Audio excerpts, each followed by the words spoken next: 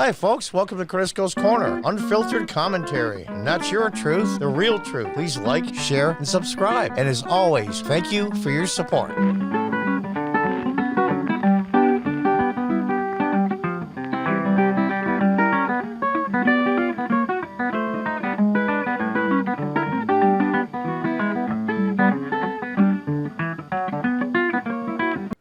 Hi, welcome back.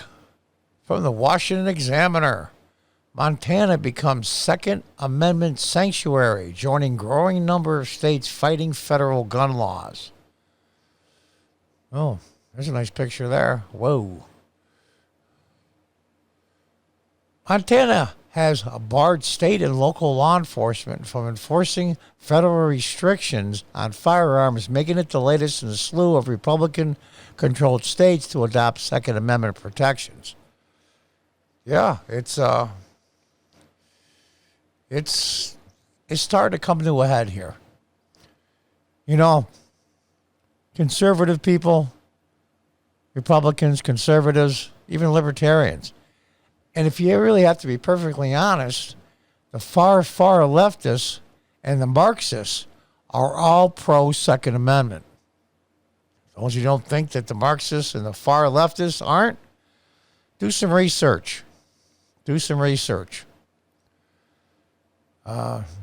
It's common knowledge. Of course, they want to be armed for different reasons. They want to be armed to overthrow the government. But they're coddled by the Democrats currently in power, and the people that just want to protect themselves, their families, and their property are the criminals. The damnedest thing I ever seen. Greg Gianforte, the state's Republican governor, signed a bill on Friday which bans the enforcement of federal laws on firearms, magazines, or ammunition.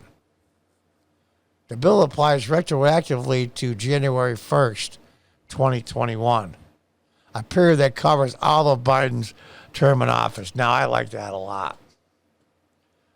Gotta give them a round of applause. Similar bills were vetoed by former Governor Steve Bullock, a Democrat, in 2013, 15, 17. Republicans gained control of every statewide office after the November election and held its existing majorities in the Montana House of Representatives and State Senate after the 2020 elections, wins that paved the way for this bill to become law. Now,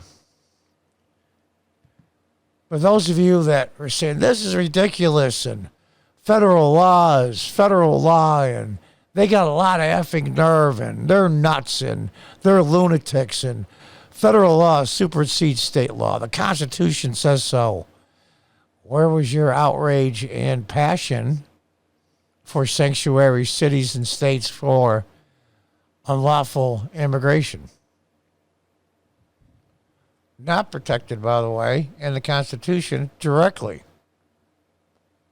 Have to be consistent, folks. Well, you don't have to be. That's the one thing these people aren't, is consistent. My God, my God.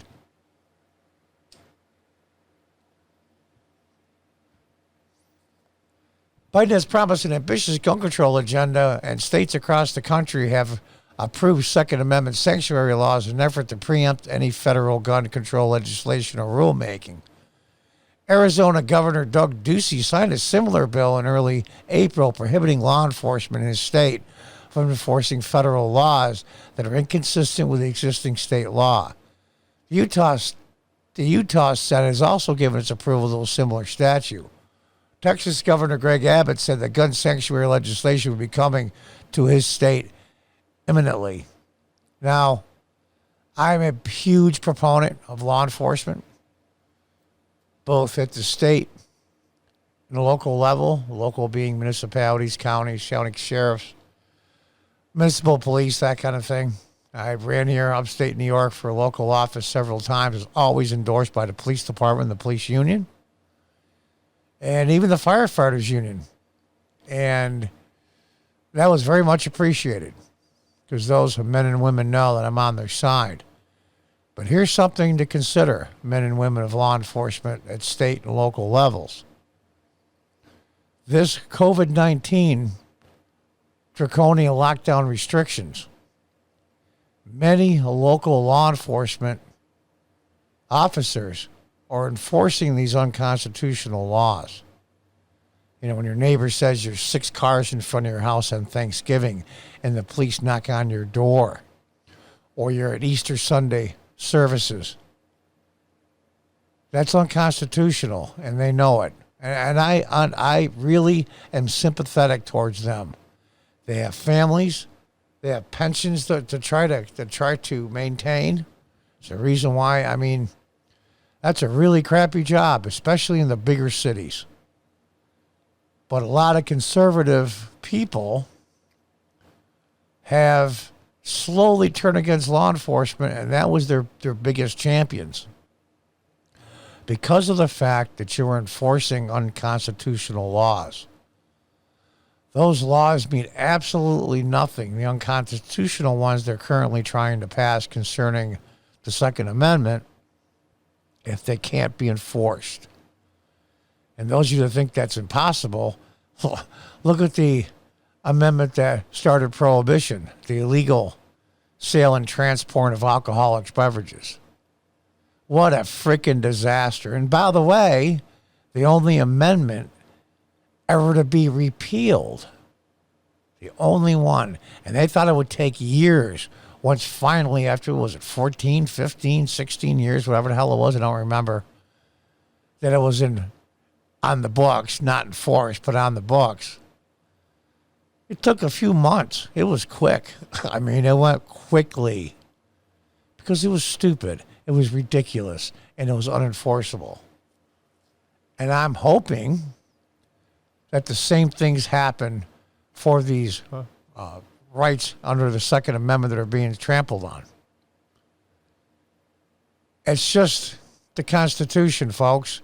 And if you want to change it, call a Constitutional Convention of States, a certain number, I think it's 2/3 or 3/4, whatever it is, or put legislation in repealing the Second Amendment and put it before the states for ratification. Do it. Follow the rules. No, not these guys. They're going to cheat like hell and hope the courts back them up. But when it comes down to it, the long and the short of it is, without local law enforcement to enforce these draconian laws and executive orders, it's not worth the paper it's written on. After Democrats were victorious in Virginia's 2019 state elections, dozens of counties became Second Amendment sanctuaries. That's a lot tougher when it's just a county. I like it statewide. It's a lot better. But you got to start somewhere. Governor Ralph Northam, he's an amazing piece of work. That's the one that was a pediatrician and sit on the radio in front of several women in an interview. After the baby's born, we can just sit down with the mother and decide and the doctor what to do with it, i.e. take its life after it's born. That's the same Governor Northam, folks, saying sweeping gun control legislation in the state in April 2020, which established a red flag program, limited purchases of one handgun per month, and required background checks for all gun sales in the state. After mass shootings in Colorado and Georgia, Biden unveiled a series of gun control measures. The administration announced that ghost guns, which are self-assembled weapons that can be purchased without background checks, would now be classified as firearms under the Gun Control Act. Manufacturers of the kits will be required to issue serial numbers for key parts in quotation marks of the kit, and buyers will be subject to background checks. I don't know what to make of that. A lot of ghost guns around, but here's the part that really burns my butt. Really, really burns my butt. These so-called, well, we're trying to save people's lives, and look at the mass shootings, and we want to restrict the sale and ownership of guns and the number of magazines and blah, blah, blah. The list is endless, and they don't know crap about guns. I'm not an expert either, but I know enough to know they're full of crap. But when the thousands and tens of thousands of young black men are gunned down in our major cities for the last 2, 3, 4 decades. I'm 64. It was going on when I was in my 20s.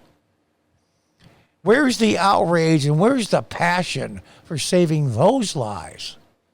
Here's the Democrats' response to the thousands and thousands of black young men that are killed every year in major cities in this country.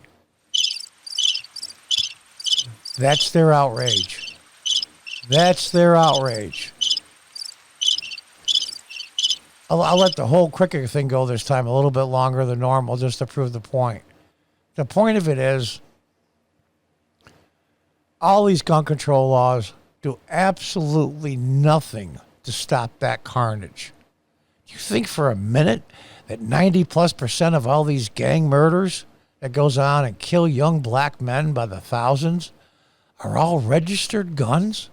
Are you freaking serious? Really? They're all licensed legal firearms? Of course not.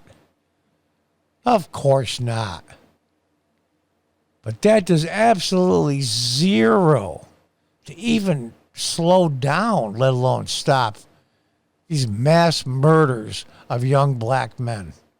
Does nothing. And yet there is no outrage. Where are all the congressmen from these inner cities? The AOCs, all the congressmen in Detroit, Milwaukee, Philadelphia, New York, LA, the list is endless. Where is the outrage when they see thousands of their own constituents, young black men, gunned down every single day? My God, look at Chicago, the murder capital of the United States. There isn't a weekend goes by, they might get a dozen murders. All of those guns were all unlawful. All, but I shouldn't say all, 99% are gang related. And yet there is no outrage. These effing hypocrites, that's what they are.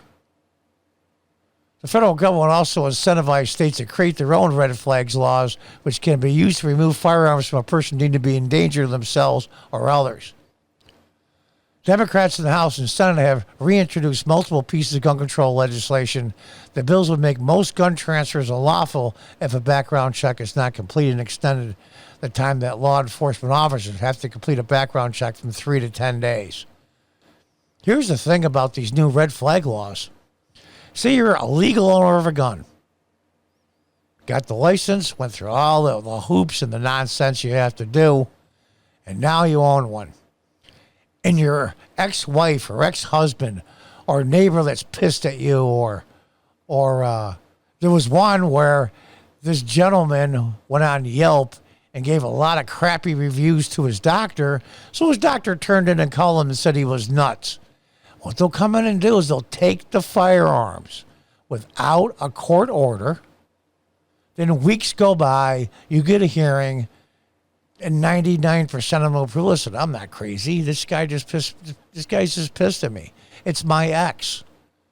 Without due process.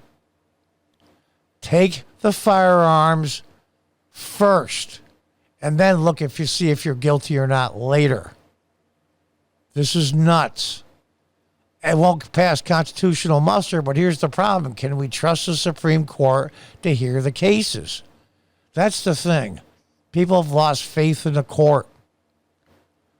You're going to get state courts. They're going to uphold a lot of these, of course, not in the blue states. You can't seize someone's property without due process. Period. But they're going to do it anyway. And that's why I mentioned at the beginning of this episode, local law enforcement. It's just say no. And you're not going against any kind of political, I don't want to get involved in politics. I'm a police officer. I'm here to protect and serve. I could care less about the crappy stuff that goes on in politics. But you took an oath to uphold the Constitution of the United States, just like I did when I was a councilman in the early 2000s here in upstate New York. You took an oath. In order to stop these Democrats from this craziness, we need two things. We need the Supreme Court and the federal courts who also took an oath to uphold the Constitution. And just as important, and maybe even more important, we need local law enforcement to say, no, I took an oath, I'm not doing it. If you don't do that, guys and girls, there's going to be hell to pay. And until the next time, folks, goodbye and good luck.